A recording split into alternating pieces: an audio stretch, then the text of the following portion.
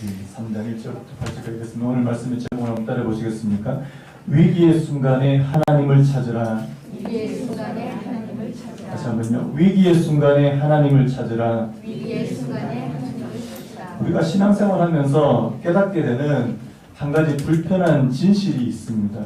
그게 뭐냐? 우리가 믿음의 삶, 예수님을 따르는 삶, 또 예배를 중심으로 하는 그런 삶을 산다고 해서 우리가 이 고통에서부터, 이 고난에서부터 면제되는 것이 아니라는 사실입니다. 우리가 참 기대하는 게 있지 않습니까? 뭘 기대하냐니까 내가 하나님을 위해서 뭔가 열심히 하고 하나님을 위해서 참 대단한 것을 해드리면 하나님께서 내 인생에 좀 불필요하게 느껴지는 그런 고통과 고난을 없애주시는, 이 면제해주시는 그런 것을 우리가 참 많이 기대한다는 사실입니다.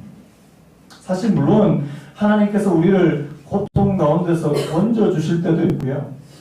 또 그 고통을 피할 길을 주실 때도 있습니다. 그런데 항상 그렇게 하시지는 않다라는 사실입니다. 여러분, 만약에 우리가 예수 믿으면 모든 고난에서 면제된다면 아마 우리 성도님들 가운데 어려운 일을 겪고 고난 중에 있는 분들은 아마 한 분도 안 계실 것 같아요. 그런데 실상은 그렇지 않다는 걸 여러분들이 너무나도 잘 아시는 거 아닙니까? 그래서 오늘 그리스도인들도 또 비그리스도인들도 똑같이 이 어려움에 처하는 경우가 있더라는 사실입니다. 여러분 잘 아시다시피 뭐 예수 믿건 안 믿건 암에 걸리는 확률은 똑같습니다. 뭐 그런 통계가 있더라고요. 암에 걸리는 확률도 똑같고요. 신자들도 비신자들도 똑같이 교통사고 당할 수 있고요. 제가 이번에 강원도 지역에 이제 고성 지역에 이제 산불 피해 입은 데 갔지 않습니까? 거기 갔는데 산불이 예수님을 믿는 가정은 피해가고 예수 안 믿는 집만 다 태웠다. 이게 아니라는 사실입니다.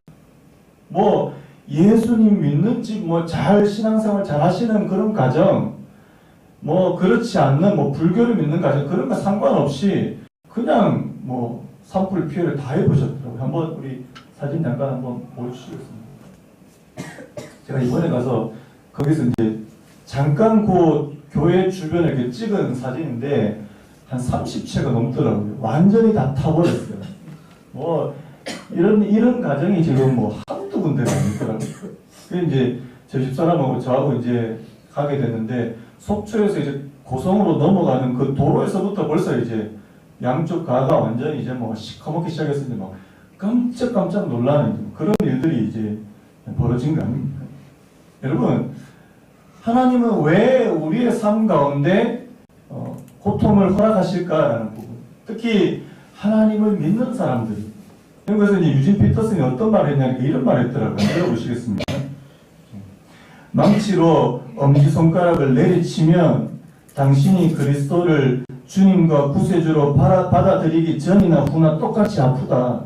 이건 뭐 당연한 말 아닙니까? 망치로 엄지손가락을 내리치면 당신이 그리스도를 주님과 구세주로 받아들이기 전이나 후나 똑같이 아프다.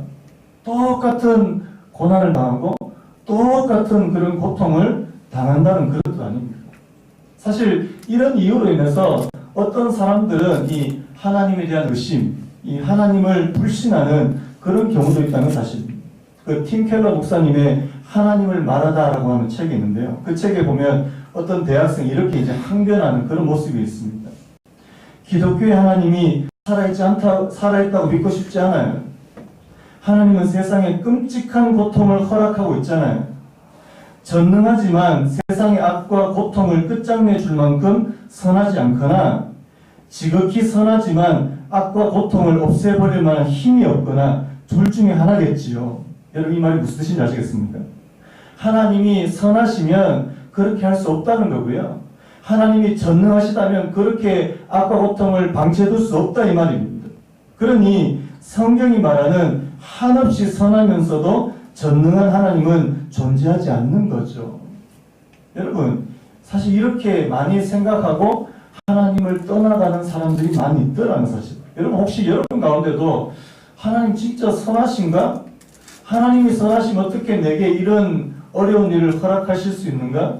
또 한편으로 하나님 진짜 전능하신 분 맞나?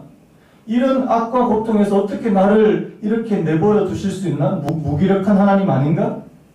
여러분 어떻게 생각하세요? 우리도 하나님의 선하심과 전능하심을 의심할 때가 있지 않느냐는 사실. 여러분, 저는 참 저는 목회 기간이 얼마 되지 않고, 사실 나이도 지금 40대 중반인데, 이런 얼마 되지 않은 인생 가운데서도 딱 한 가지 확실한 게 있더라고요. 제가 살아보고 또 신앙생활 해보고 목회를 해보니까 딱 한 가지 확실한 게 뭐냐니까, 우리의 생각과 하나님의 생각은 너무나도 다르다는 사실입니다. 이사야서 55장 8절 9절 유명한 말씀이잖아요. 이는 내 생각이 너희의 생각과 다름이. 한번 따라 보시겠습니다. 이는 내 생각이 너희의 생각과 다름이요. 내 길은 너희의 길과 다름이니라. 하나님께서 하신 말씀이에요. 내 생각이 너희 생각과 다르고 내 길은 너희의 길과 다르다. 이렇게 말씀하고 또 이렇게 말합니다. 이는 하늘이 땅보다 높음 같이 내 길은 너희의 길보다 높으며 내 생각은 너희의 생각보다 높음이니라. 우리가 하나님의 생각을 다 측량할 수 없고요. 우리가 하나님의 생각을 다 이해할 수 없더라는 사실입니다. 여러분, 사실 우리가 다 이해되는 분이라면 그분은 하나님이 아니에요. 우리가 만약에 다 이해된다면 그분은 하나님이 아니라는 사실입니다. 여러분, 우리는 어떻게 생각합니까? 우리 인생에 고통이 없는 삶, 고통은 할 수 있는 대로 다 피하고 내 삶 가운데 좋은 일, 행복한 일, 그런 것만 있으면 내 삶이 정말 복된 삶이라고 이렇게 생각하기 쉽지 않습니다. 그래서요, 고난받는 사람은 복도 지질이 없는 사람, 이게 고난이 없는 사람은 복 있는 사람, 이렇게 이 나누기가 너무나도 쉽더라는 사실입니다. 그러나 하나님의 관점에서는 그렇지 않더라는 사실이죠. 하나님의 관점에서는요, 사람들에게 이 고난과 고통이, 이 위기가 때로 필요할 때가 있더라는 사실입니다. 여러분, 토마스 아켄퍼스라는 사람이 쓴 그리스도를 본받아라는 책은 고전 중에 고전 아닙니까? 그 책에 이런 표현이 있어요. 한번 들어보실래요? 종종 고난과 역경을 겪는 것은 좋은 일입니다. 이 말도 안 되는 이런 말을 하고 있어요. 고난과 역경 겪는 것이 어떻게 좋은 일입니까? 왜냐하면 우리는 그런 일들을 겪으면서 이 세상은 우리의 본향이 아닌 까닭에 이 세상에서는 단지 나그네와 순례자로 살아갈 뿐이고, 따라서 세상에 속한 그 어떤 곳에도 소망을 두어서는 안 된다는 사실을 세상 깨닫게 되기 때문입니다. 여러분, 우리의 고난과 고통의 목적이 바로 이런 목적이라면 하나님 때로는 우리에게 이런 고통을 허락하실 때가 있다는 사실을 인정하게 되시기를 저와 여러분들에게 축복합니다. 그래서 한번 따라해볼까요? 고통에는 뜻이 있다. 성경에 나와 있는 수많은 믿음의 사람들이 바로 그런 경우입니다. 이런 시련, 이런 고난, 고통을 다 통과한 사람들이라는 사실이죠. 여러분, 제가 예전에 요셉 설교를 한참 동안 했지 않습니까? 우리가 잘 아는 이 요셉의 삶에도 얼마나 고통이 많았는지 모릅니다. 형제들한테 미움받고, 팔려가고, 노예로 팔려가고, 또 이방 나라에서 노예 생활하다가 또 누명을 뒤집어 쓰고 이제 감옥에 갇히고, 이런 삶이 엄청나게 오랫동안 지속되는. 여러분, 근데요, 요셉은 그가 고난을 당하고 있을 때는 그 뜻을 알지 못했다는 사실. 여러분, 지금 어려움을 겪고 있는 사람은요, 절대 지금 왜 내가 이런 어려움을 겪고 있는지 모릅니다. 모르세요. 그런데요, 신기한 것은 그것이 다 통과하고 뒤를 돌이켜보면 비로소 깨닫게 되더라는 사실입니다. 나중에 요셉이요, 자기를 이런 고통으로 해서 애굽으로 보내신 하나님의 뜻을 깨닫게 되는 거 아닙니까? 뭐예요? 자기 자신뿐만 아니라 자기 민족, 또 더 나아가서 애굽, 더 많은 나라들을 구원하시기 위한 하나님의 그 구원의 방법으로 이 요셉을 이 이집트로 보내신 거 아니냐. 그 하나님의 그 기쁘신 뜻을 나중에서야 깨닫게 되다는 사실.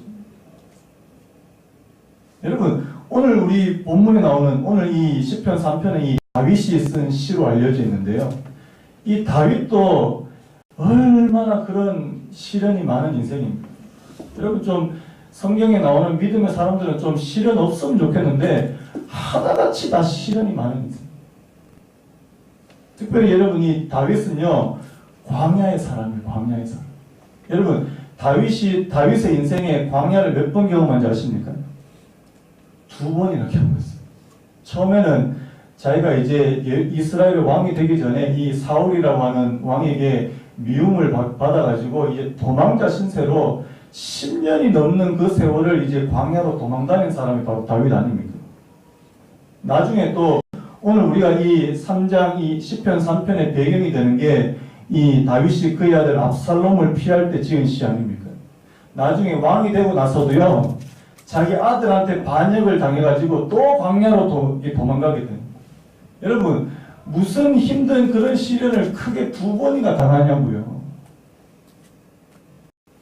제가 굳이 비교를 드리자면 우리 남자분들 이해하실 거예요. 군대 2번 들어간 느낌이에요. 군대 2번 들어간. 진짜 장난 아니죠. 저도 군대를 제대하고 나서 한동안 악몽을 꿨는데 무슨 악몽인지 아십니까? 다시 군대 끌려가는 꿈. 제가 막 가위에 눌려가지고 벌떡벌떡 깰 때가 몇 번 있는지 모릅니다. 이게 완전히 다윗의 삶이요. 완전 마치 군대 2번 끌려가는 그런 느낌 아닙니까? 왜 이렇게 이 다윗의 삶에 이렇게 이 시련이 많냐 말이에요. 그래서 우리가 오늘 이 시편 3편의 본문의 배경이 되는 이 사무엘하 15장 23절에 이런 말씀이 있거든요. 우리 같이 한번 읽어볼까요? 같이 읽습니다. 시작. 온 땅 사람이 큰 소리로 울며 모든 백성이 앞서 건너가매 왕도 기드론 시내를 건너가 모든 백성이 광야길로 향하니. 어디로 갔다고요? 광야길로 갔다. 왕이에요. 지금 이스라엘의 왕인데 갑작스럽게 자기 아들이 이제 한 4년 동안 이제 쿠데타를 준비한 거 아닙니까? 모든 이스라엘 사람들이 백성의 마음을 다 이 압살롬으로 향하게 만들고 어느 시점이 되니까 이제 쿠데타를 일으키니까 이 다윗은 꼼짝없이 이제 죽게 되는 그런 상황.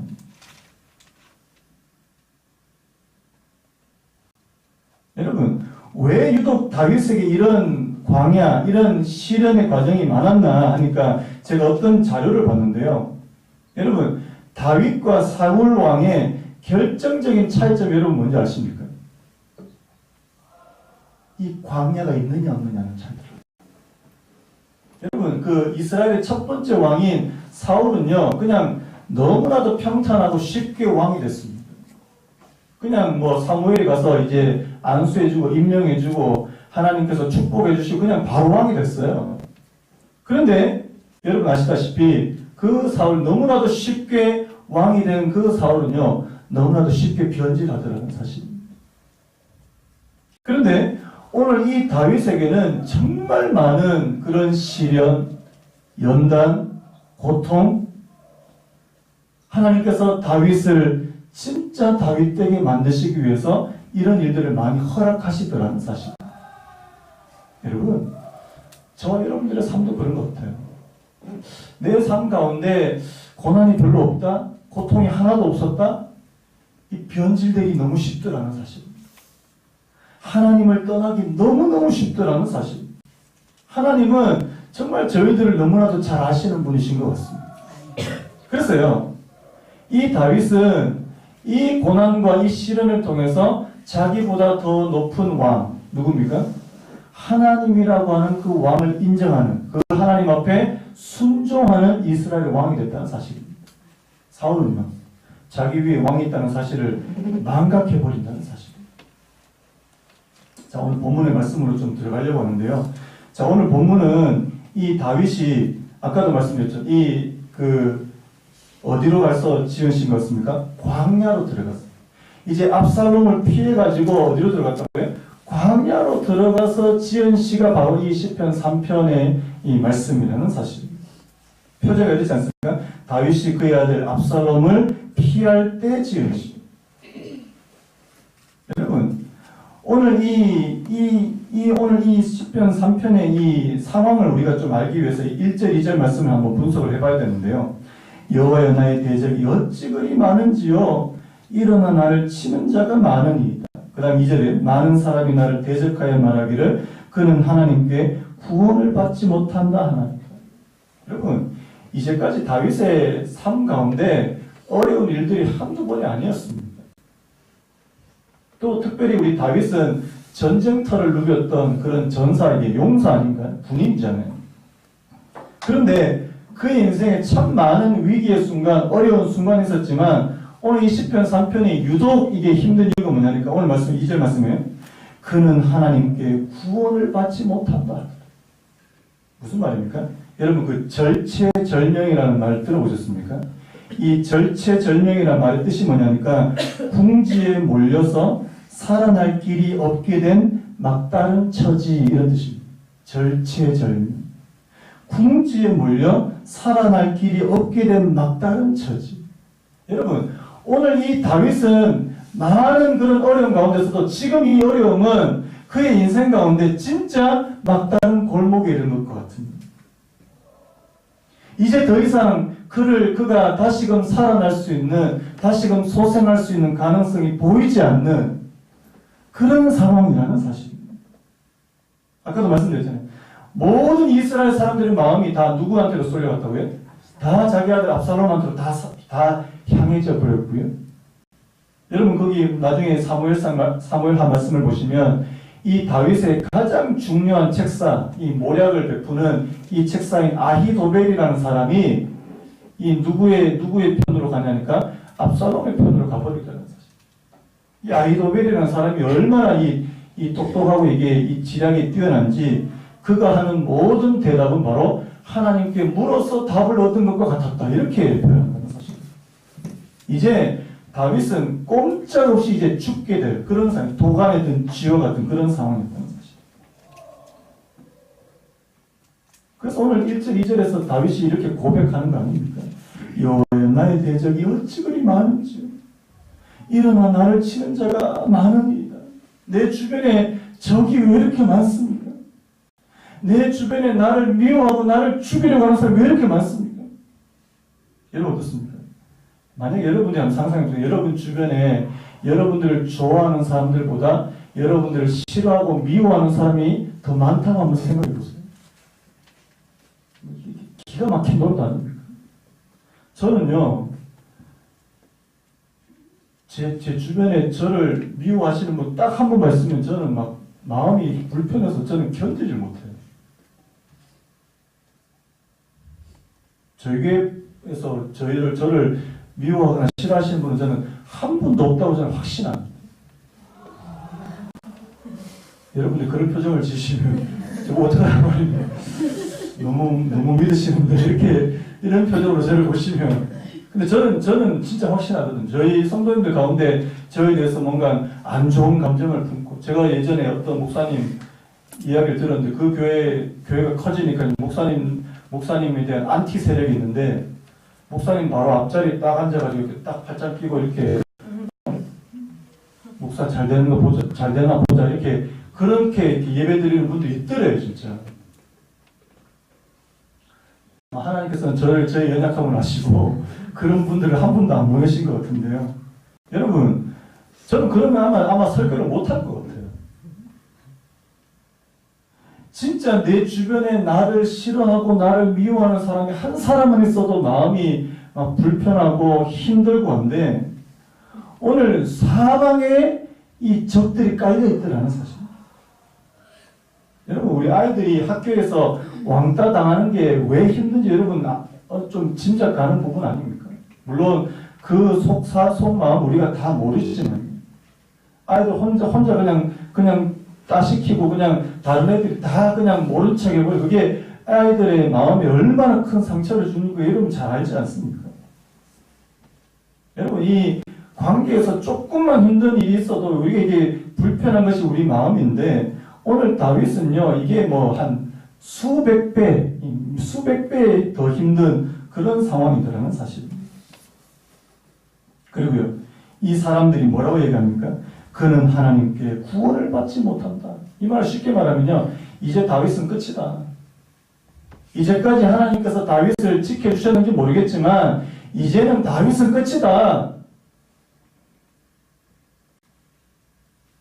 여러분, 저와 여러분이 만약에 이런 상황이면 우리 어떻게 해야 되냐는 사실이에요.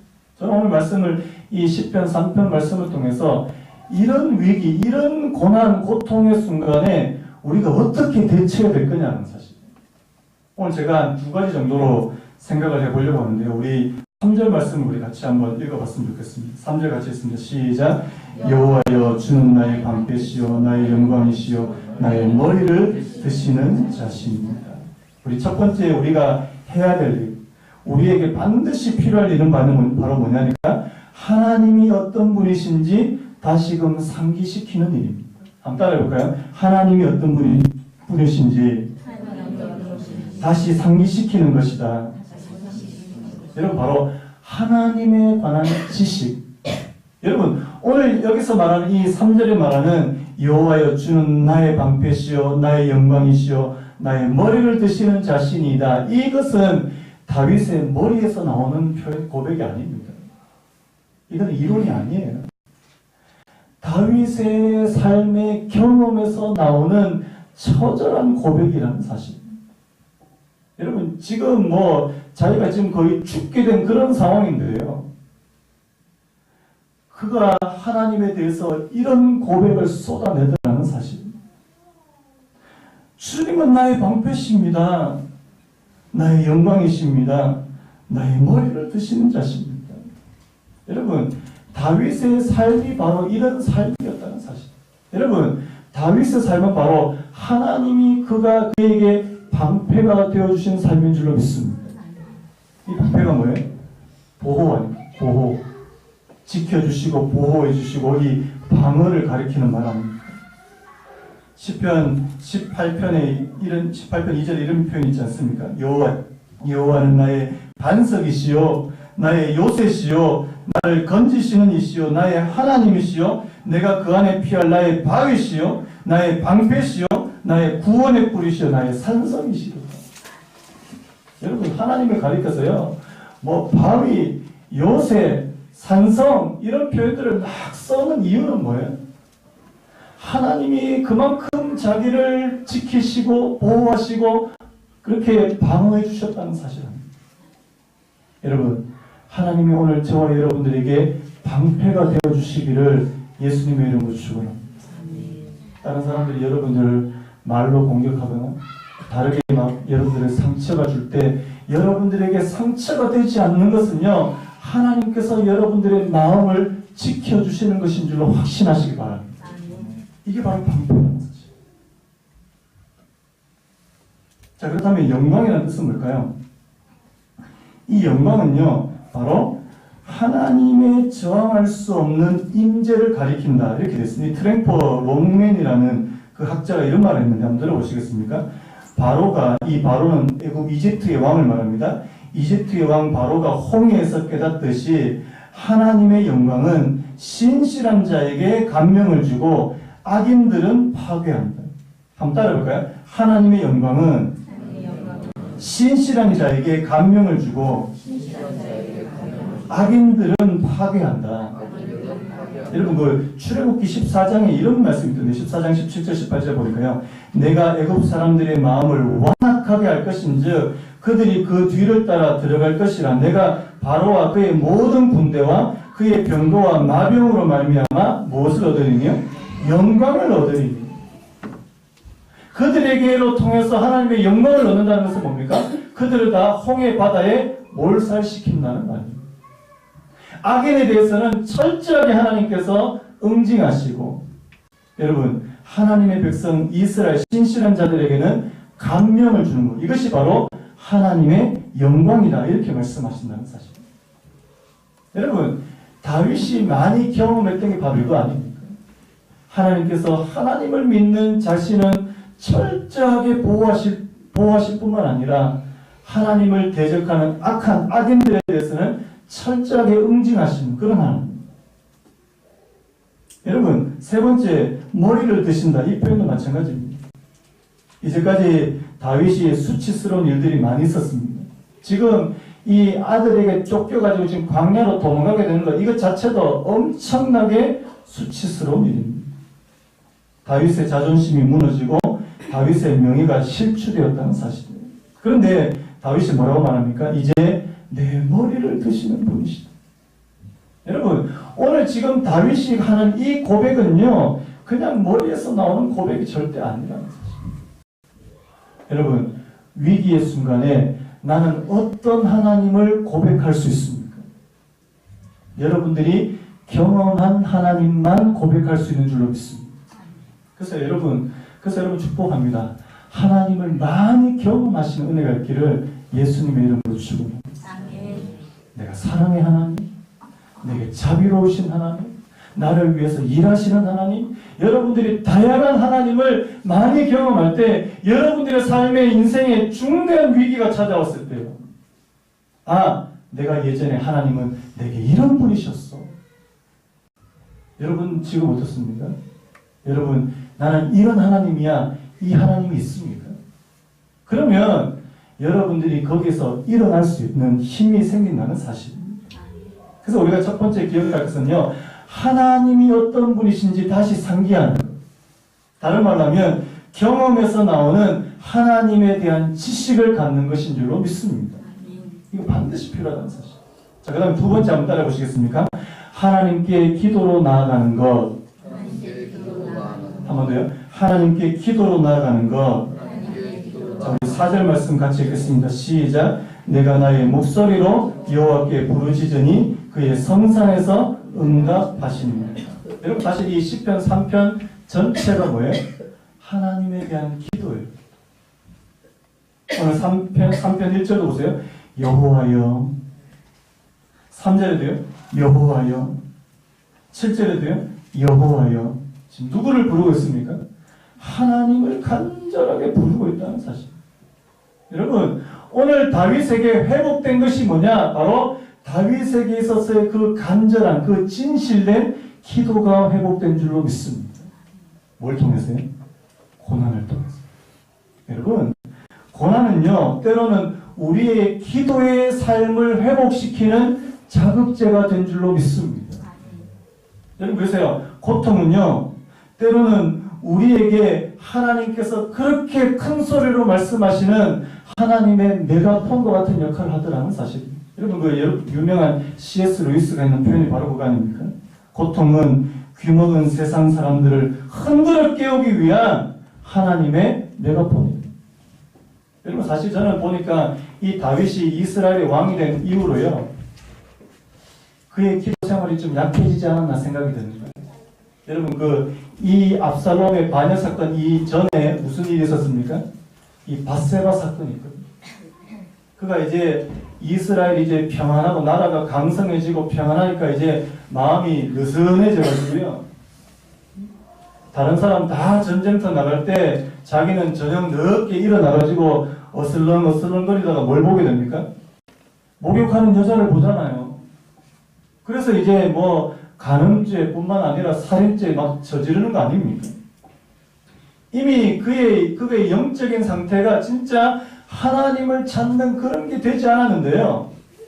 여러분, 그 다윗을 일깨우는 것이 무엇이었냐? 바로 이 압살롬의 반역 사건이었다는 사실입니다. 여러분, 오늘 저와 여러분들에게 하나님께서 혹시나 어려움을 허락하시고 고난을 허락하신다면 여러분들의 영혼을 깨우시는 그런 사건이 되시기를 예수님의 이름으로 축원합니다. 아, 내가 기도 회복해. 하나님, 내가 기도가 지금 약해져 있다.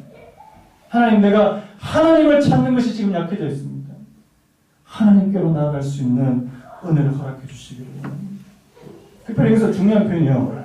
뭐가 있냐니까, 내가 나의 목소리로 오랍니다. 여러분, 다 내 목소리로 부르짖지 그러면 남의 목소리로 부르짖습니까? 여기서 말하는 내가 나의 목소리로 여호와께 부르짖으니 할 때 이 나의 목소리는 무슨 뜻이냐니까 나의 진실된 목소리를, 나의 가식 없는 내 삶에서 우러나오는 진실된 그런 목소리로 하나님 앞에 부르짖습니다.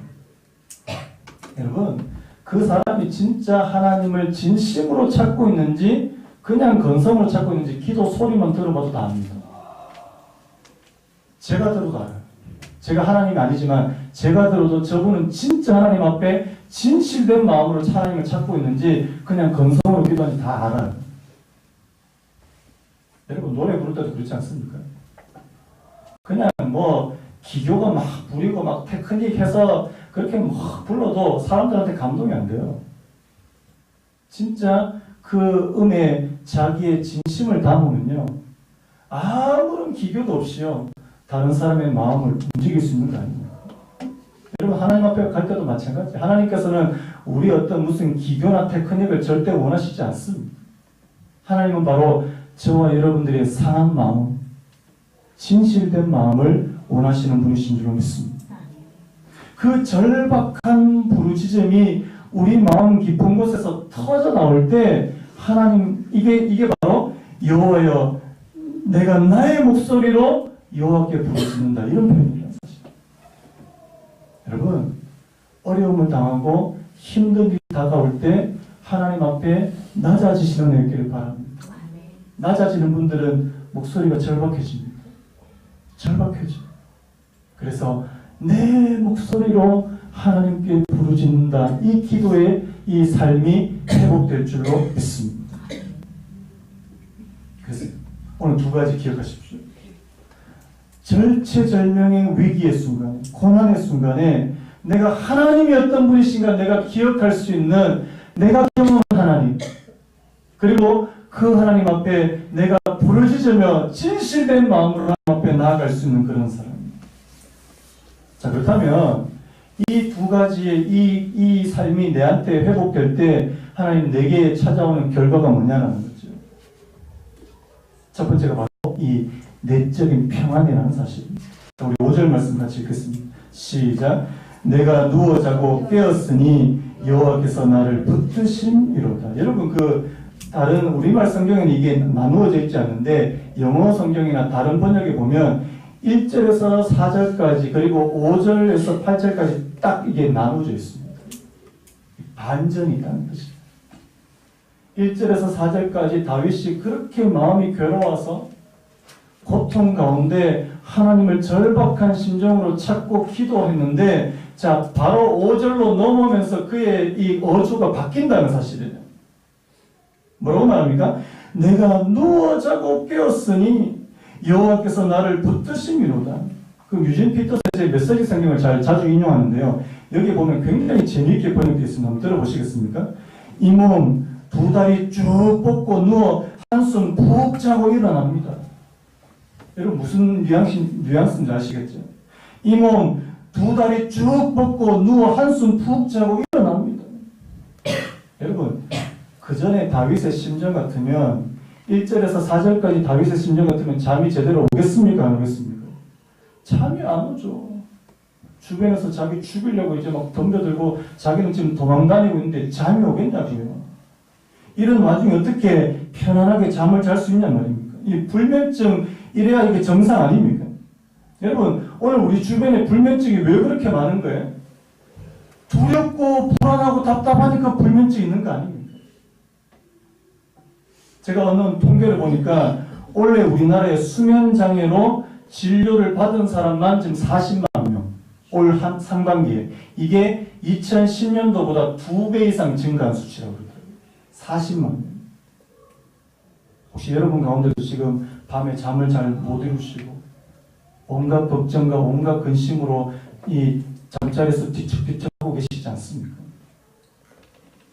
여러분 하나님께서 저와 여러분들에게 단잠을 주신다는 것은요 하나님께서 저와 여러분들의 마음을 평안하게 해주시는 증거인 줄로 믿습니다. 그래서 그런 표현 있잖아요. 하나님은 사랑하시는 자에게 뭘 주신다고요?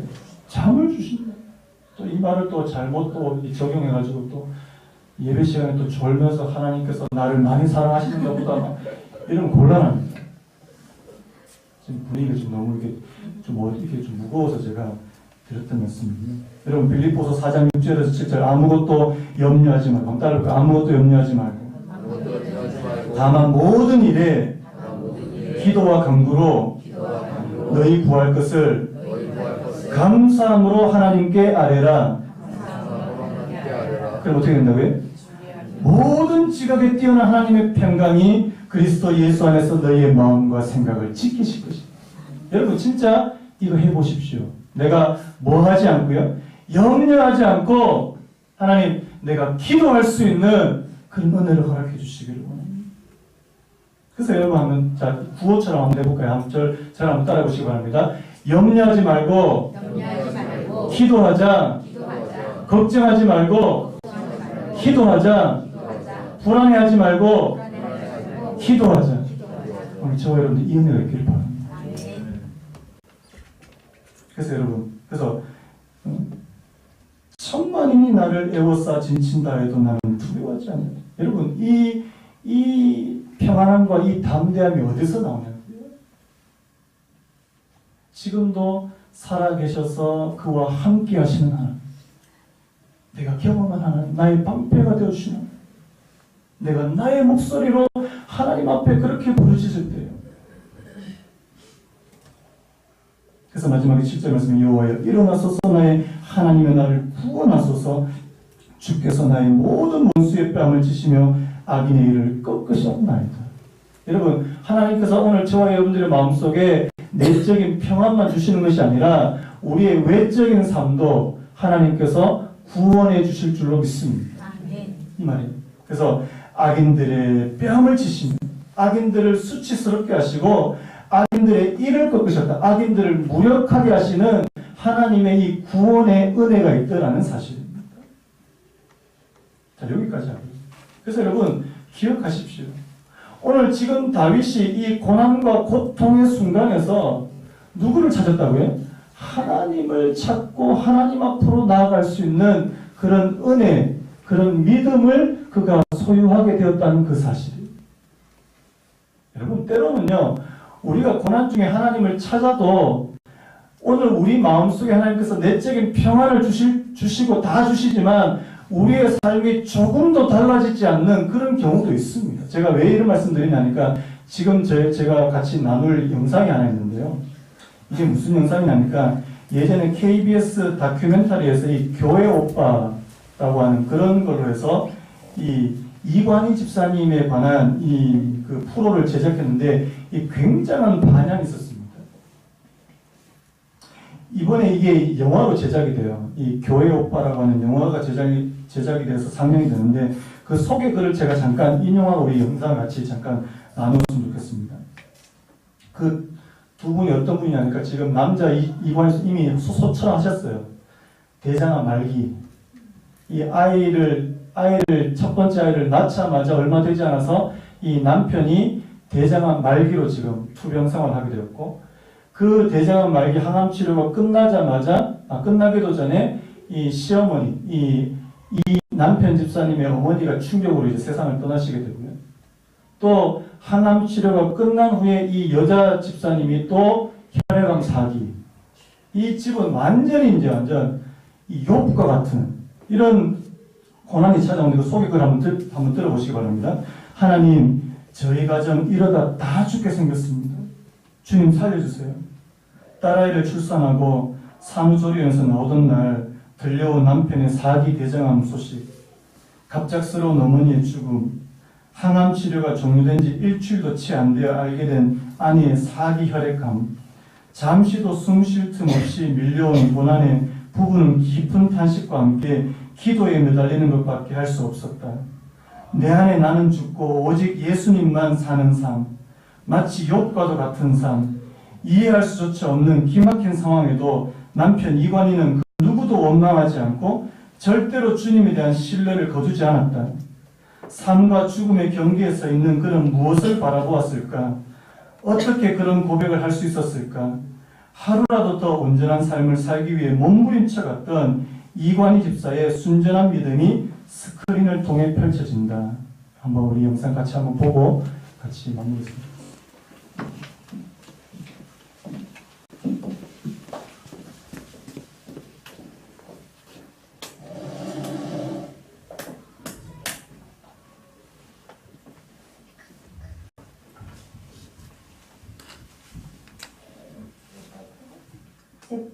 회사, 교회, 뭐 출장 이거 말고는 다른 데 가는 곳이 없으니까 10년 넘은 내비게이션, 업그레이드 안 하는 내비게이션이 있는데 그걸 버리지 않아도 사는데 전혀 불편함이 없는 엄청 던져지겠지. 네. 오진일 거다. 그래서 기도했지. 오진이를 해달라. 지옥에 가면 이런 게 있으니까 어머님이 돌아가시는 장면을 제가 처음 목격을 했기 때문에 충격이 너무 커서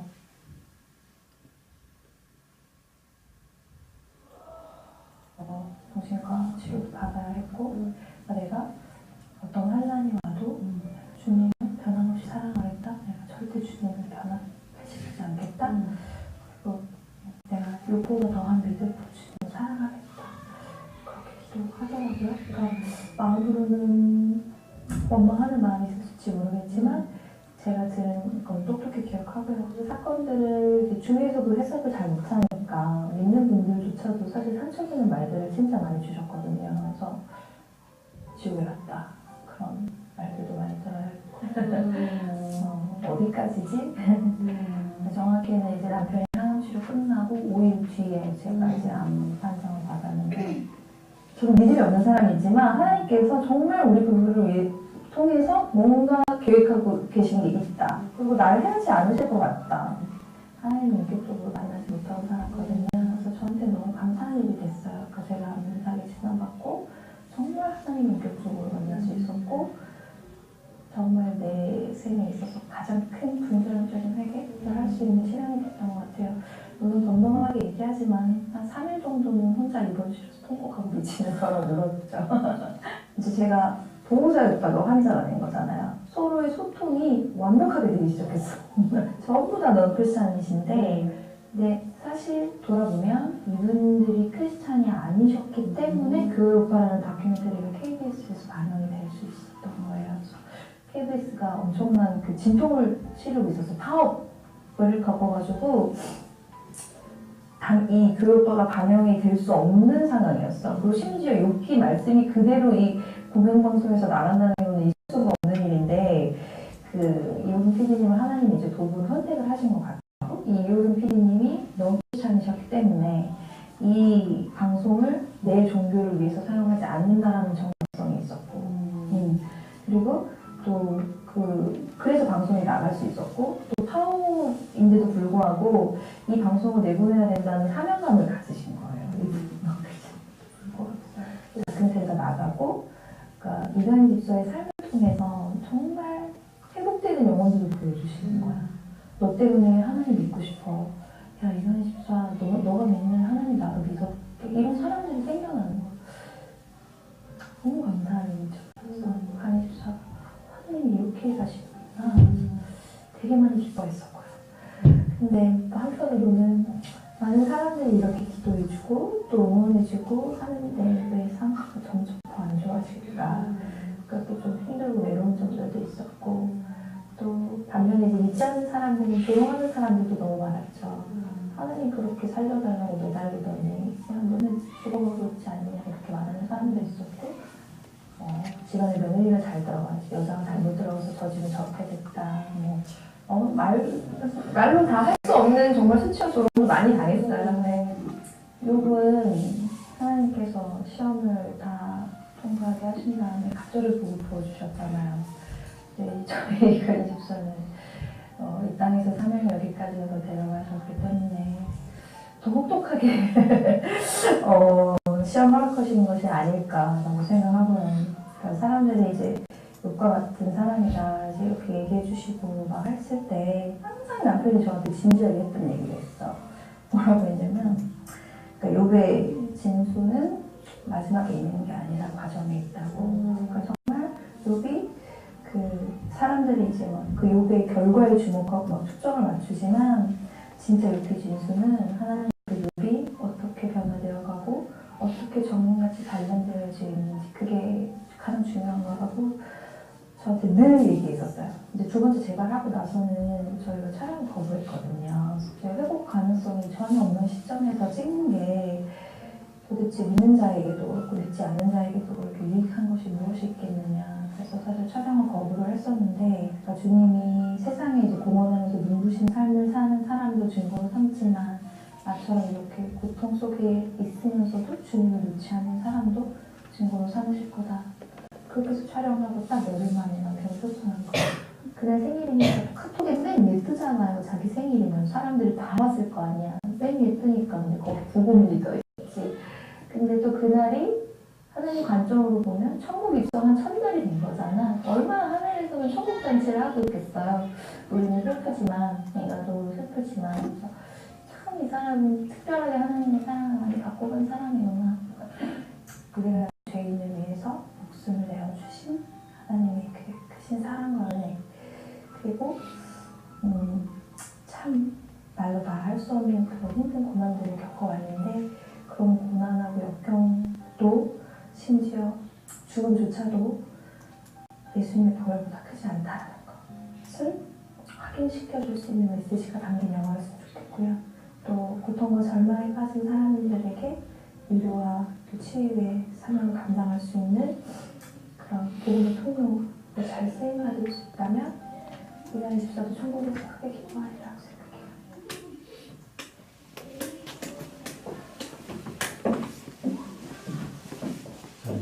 그 마지막 부분에 이제 그 욥기의 진수가 결과가는 과정이다. 그 부분이 참 너무너무 와닿는데, 그래서 우리는 욥기가 이제 욥이 시험을 잘 통과해서 나중에 갑절의 복을 받았더라. 이거에 이제 다 거기에 다들 관심을 보이는 반면에 욥이 그 통과했던 그 고난의 과정을 우리가 좀 등한시하는 게 아닌가 그런 생각이 들거든요. 오늘 이 집사님 부부의 삶을 보면서 고통 가운데 주님을 놓지 않으려고 했다는 이 표현도요. 그래서 여러분, 우리가 고난 가운데 하나님께서 우리의 삶을 다 100% 다 온 상태로 다 회복시켜 주시고 더 좋게 해주시고 갑절의 복을 주실 수도 있지만, 그렇게 안 된다 할지라도 거기서도 하나님, 우리가 주님을 놓지 않고 주님을 향한 그 믿음이 변해지지 않는 거, 그런 정금과 같은 믿음을 갖게 되는 거, 저는 이것도 하나님께서 부어주시는 놀라운 구원의 은혜라고 생각합니다. 그래서 우리 아까 불렀던 찬양 있지 않습니까? 왜 나를 깊은 어둠 속에 홀로 두시는지, 어두운 밤은 왜 그렇지 그리 길었는지, 나를 고독하게 나를 낮아지게